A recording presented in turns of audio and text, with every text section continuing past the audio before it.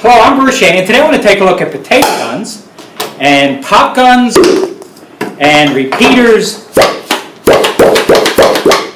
I have a lot of different sizes. Now these are easy to build, they're a lot of fun, and they're also a good demonstration of Boyle's Law.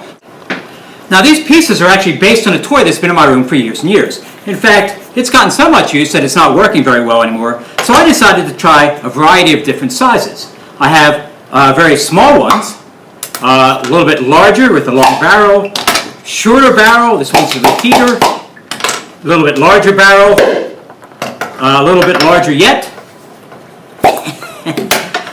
another repeater, same size, longer barrel, gets even bigger, and then my jumbo one, which is my largest yet, and all these operate under the same principle.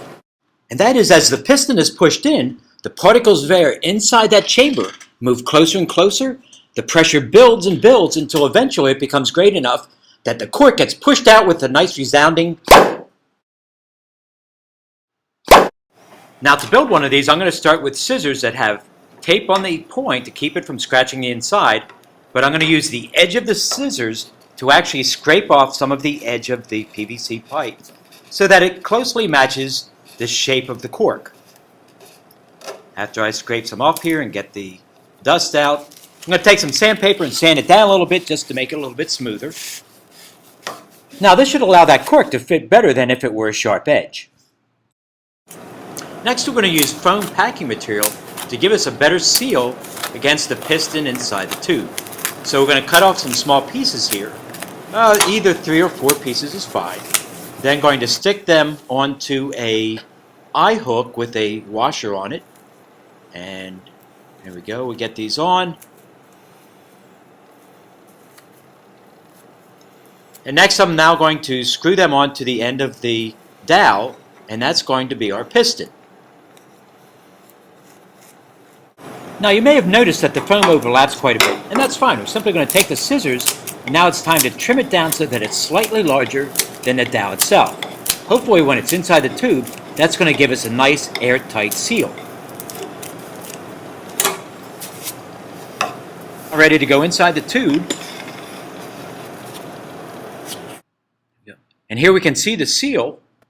And if I take it and I put my hand over the one end and move the slide back and forth, I can feel that it's got good compression.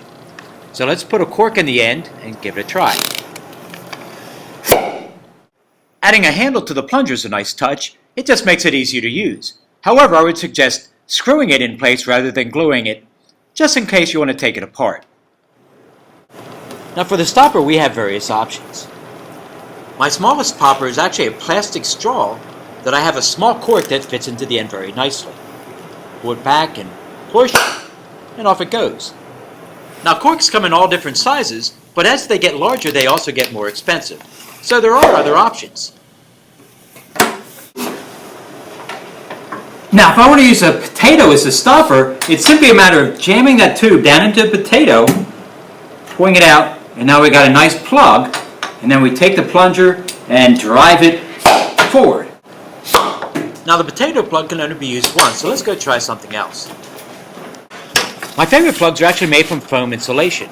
Simply take the tube and push down and turn. If you push hard enough, you should be able to get it all the way through. You get a nice plug, and the advantage of using foam is that you can make the plugs any size you want. Of course, as you make them larger, it does take a little bit more effort to push that tube down through the foam.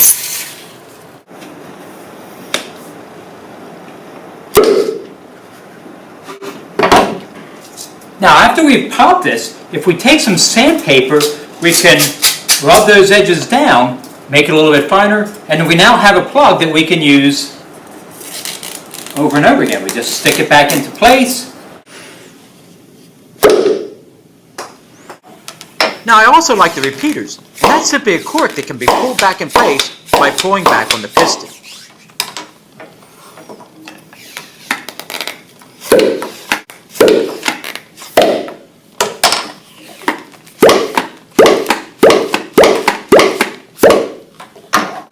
To make these you need a good quality cork. Drill a hole through it, not the string, and then glue it into that cork to make it airtight.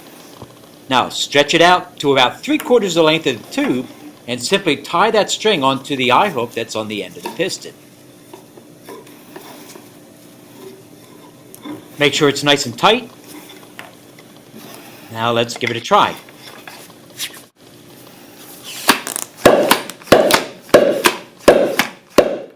That works pretty good. Now, one last note about construction. The dowel going inside has to closely match the inside diameter of the tube. And sometimes that's difficult, especially with the larger ones. So let's take a look at how I solved it. Take the handle off here, and I'll push this small dowel through, and I'll pull out the big piston. So the small dowel was glued into the one end, but it actually fits very loosely into the other end to allow it to move back and forth. So this is what it would look like inside the chamber.